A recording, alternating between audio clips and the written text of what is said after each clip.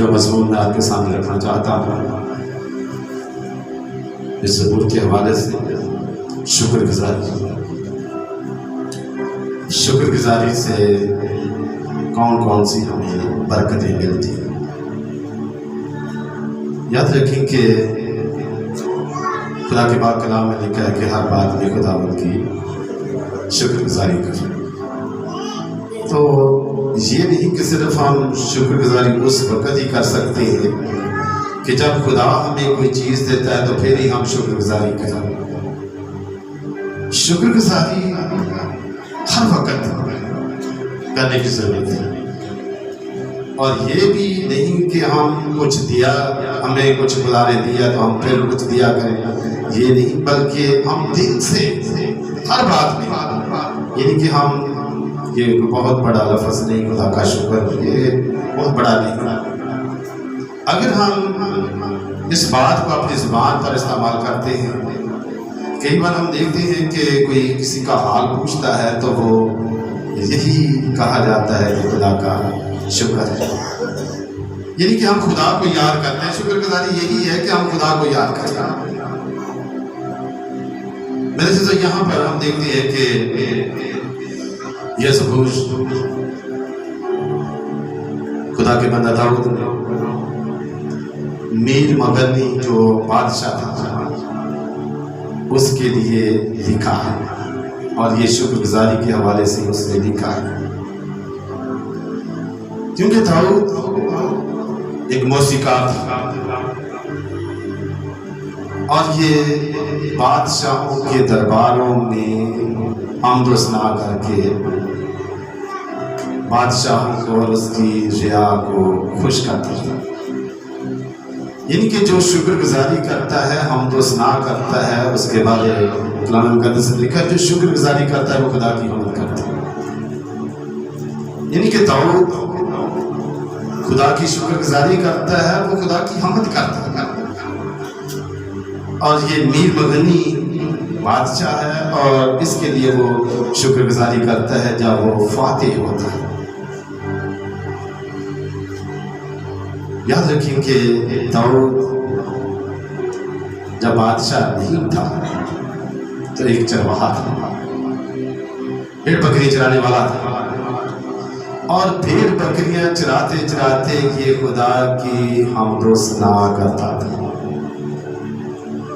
پھر اسی طرح ہم دیکھتے ہیں کہ جب اسرائیل کا پہلا بادشاہ ساؤل لوگوں کی ڈیمانڈ پر بنایا گیا تو داؤد اس بادشاہ کے لیے بھی حمد و ثنا کرتا ہے، اس بادشاہ کے لیے بھی اس کے حضور وہ حمد و ثنا کرتا ہے، خاص کر کے جب سموئیل کے اندر بری روح ستاتی تھی، اور جب بری روح سے ستاتی تھی تو دوسری طرف ہم دیکھتے ہیں کہ داؤد حمد و ثنا کرتا ہے تو ساؤل کو سکون ملتا ہے۔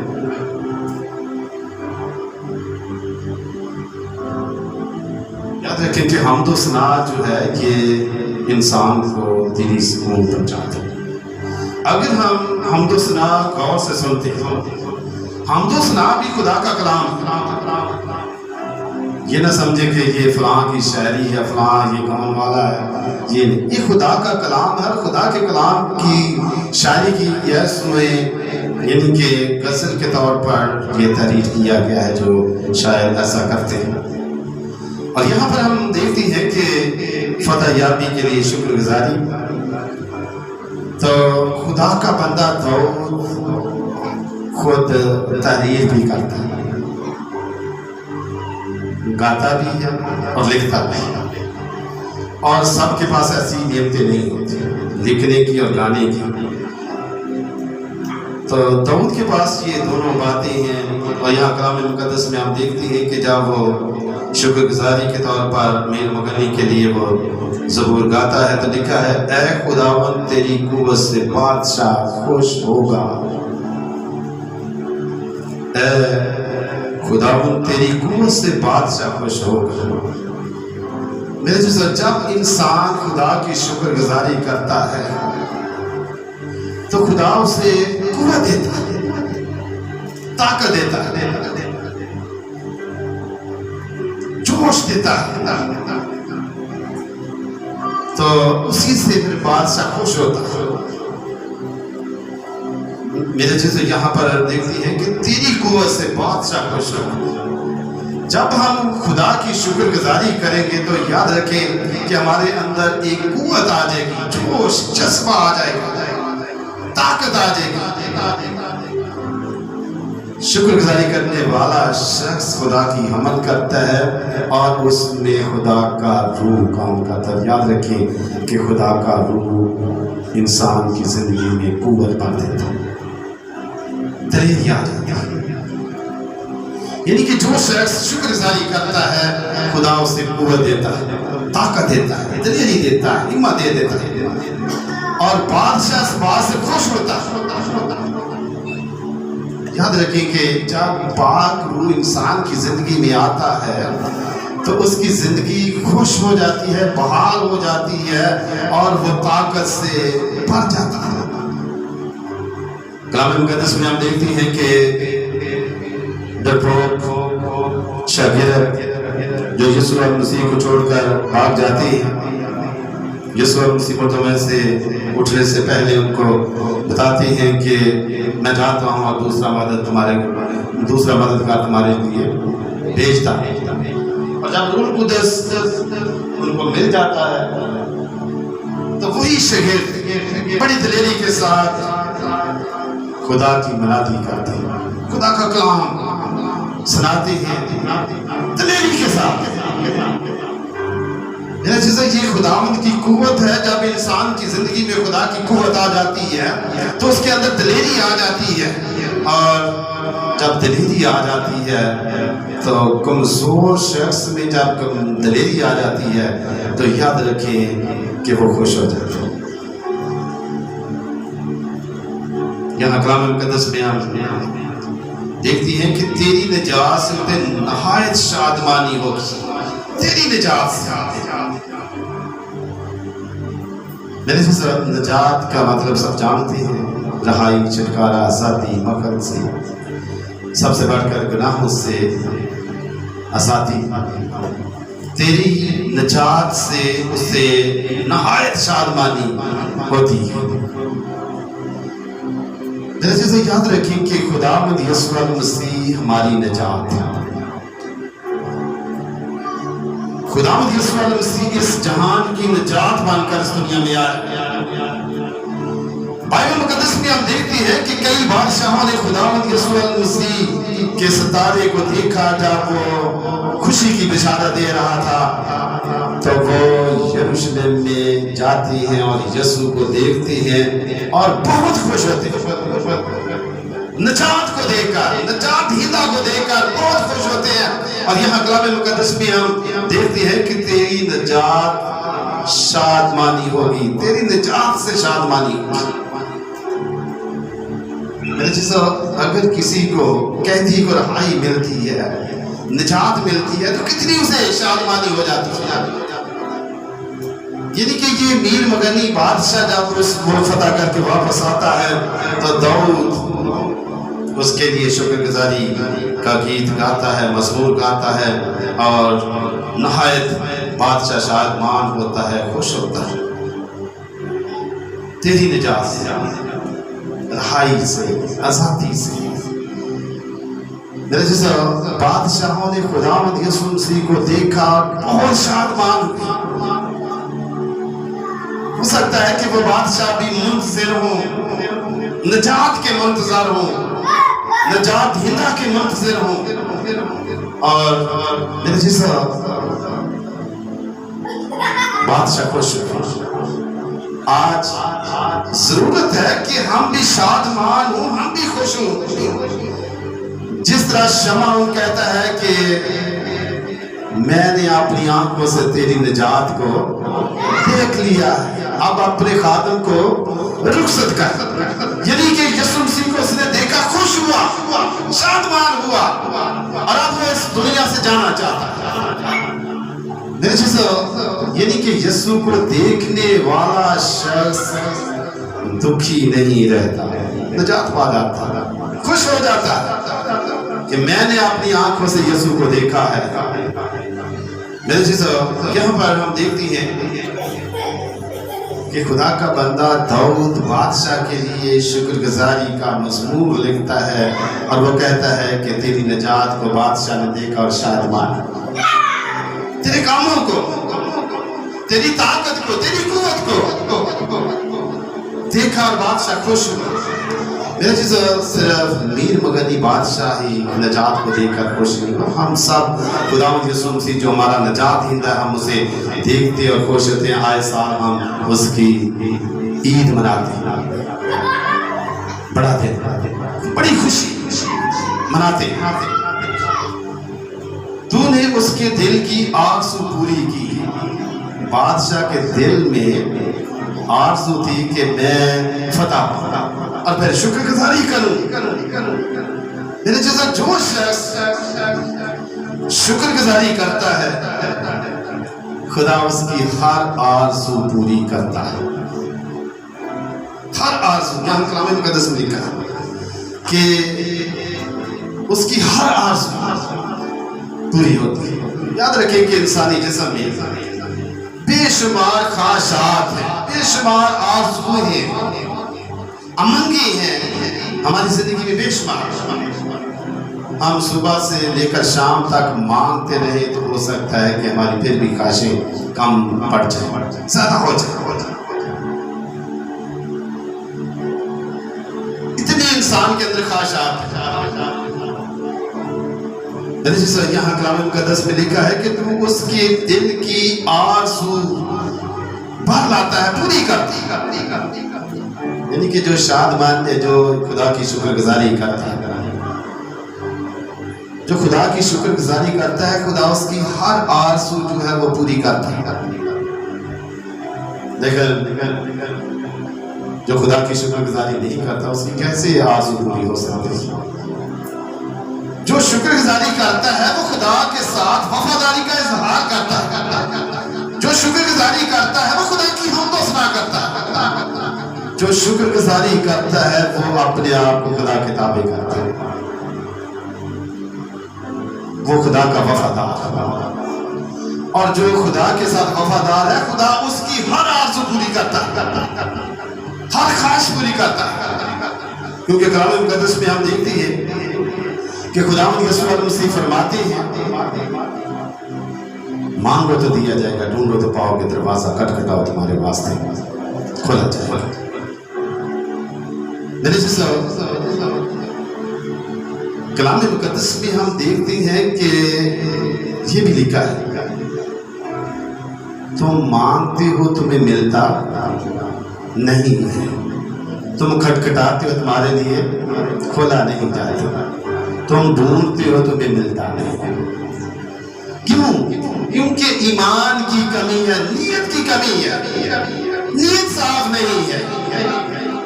لیکن خداوند نے تو یہ کہہ دیا ہے کہ مانگو تو دیا جائے گا، ڈھونڈو تو پاؤ گے، دروازہ کھٹکھٹاؤ تمہارے واسطے کھولا جائے گا۔ اور یہاں پر کلام مقدس میں لکھا ہے کہ تیری ہر آرزو پوری ہوگی، بشرطے کہ تو شکر گزاری کرتا ہے، بشرطے کہ تو خدا کے ساتھ وفادار ہو، بشرطے کہ تو خدا کی مرضی کو پورا کرتا اور خدا کے احکام کو مانتا ہوگا، تو تیری ہر آرزو پوری ہوگی۔ میرے چیزوں، یہاں کلام مقدس میں ہم دیکھتے ہیں لکھا ہے، اور اس کے منہ کی درخواست کو نامنظور نہیں کیا۔ اس کے منہ کی درخواست کو نامنظور نہیں کیا۔ کس کی؟ جو خدا کے ساتھ وفادار ہے، جو خدا کی شکر گزاری کرتا ہے، جو خدا کے احکام پر عمل کرتا ہے، جو خدا کی مرضی کو پورا کرتا ہے، خدا اس کی کسی درخواست کو نامنظور نہیں کرتا۔ یاد رکھیں کہ جو وفادار ہے اس کی درخواست منظور ہو جاتی ہے۔ جو خدا کے ساتھ چلتا ہے اس کی وفاداری کی وجہ سے اس کی ہر درخواست مانی جاتی ہے۔ اگر ہم خدا کے ساتھ وفادار ہیں،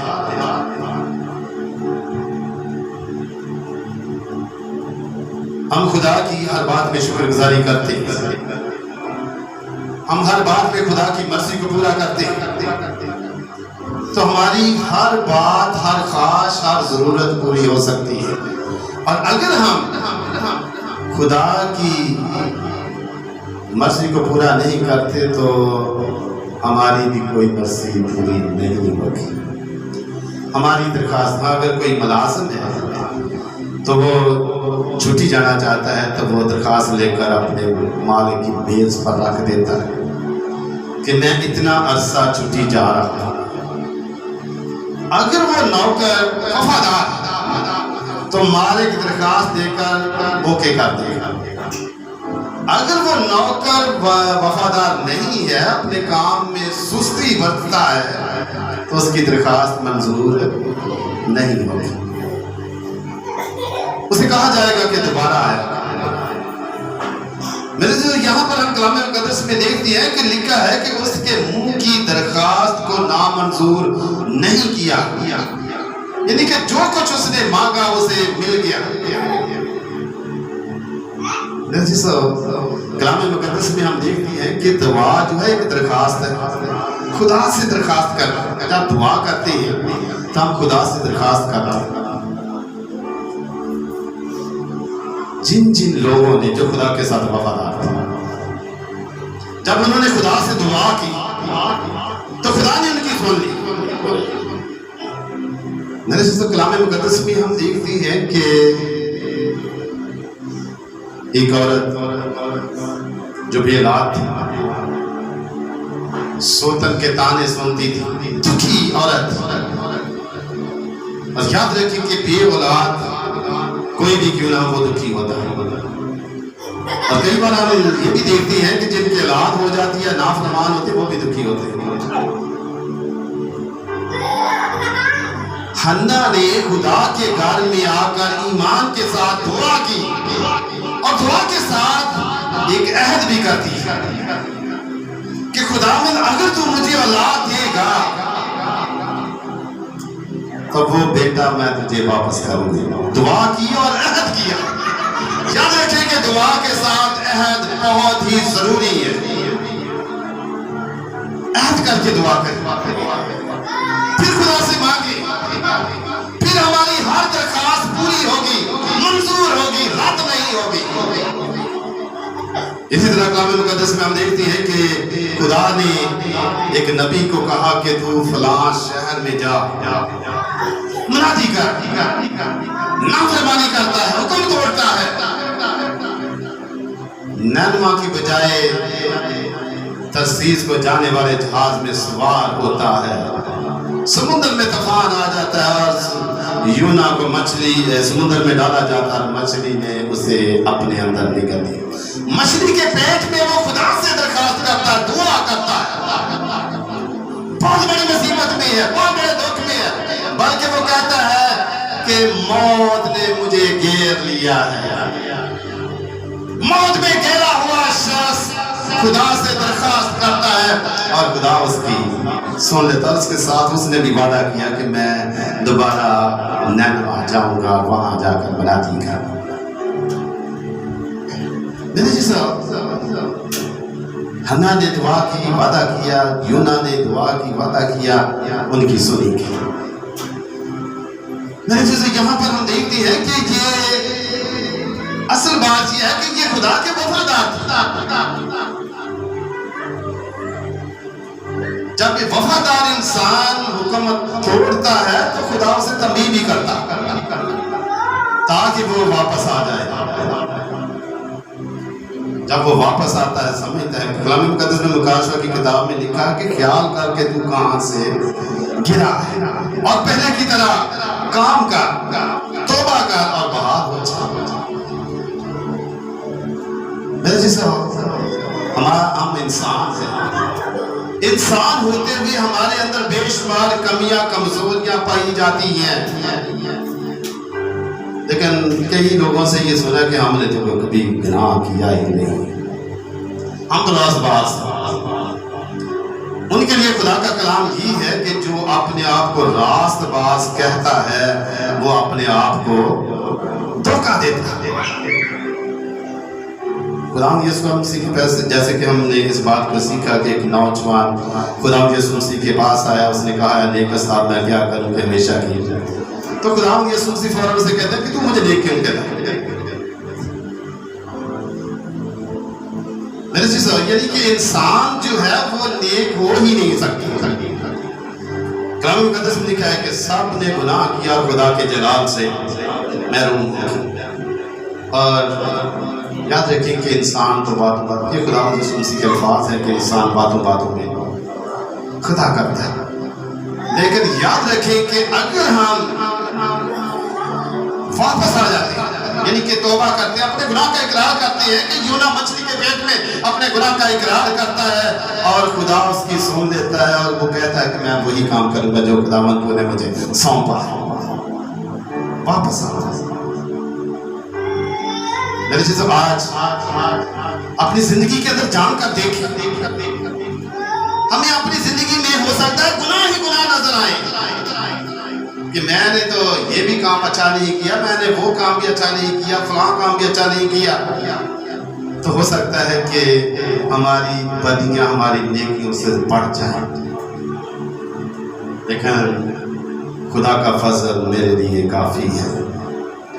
اگر ہم اپنے گناہوں کا اقرار کر کے واپس آ جاتے ہیں، بے شک ہم سزا میں کیوں نہیں،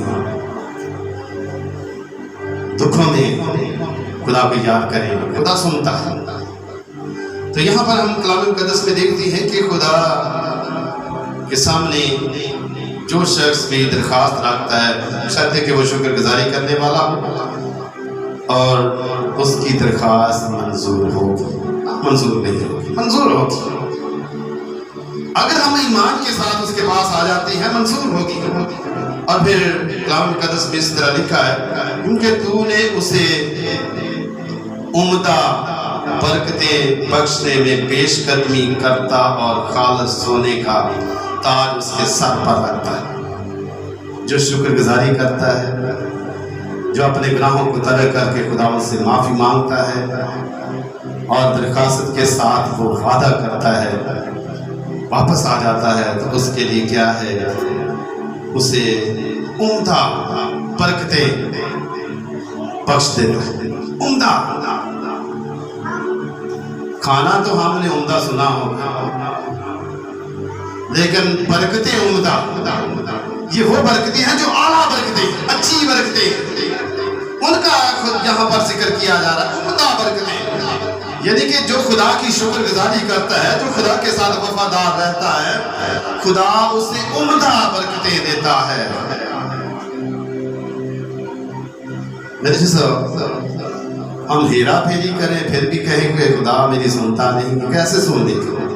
ہم جھوٹ بولیں پھر کہیں خدا ہماری سنتا نہیں، کیسے خدا سن لے گا؟ خدا کا بندہ داؤد یہ کہتا ہے کہ اگر میں اپنے دل میں بدی رکھتا خدا میری نہ سنتا۔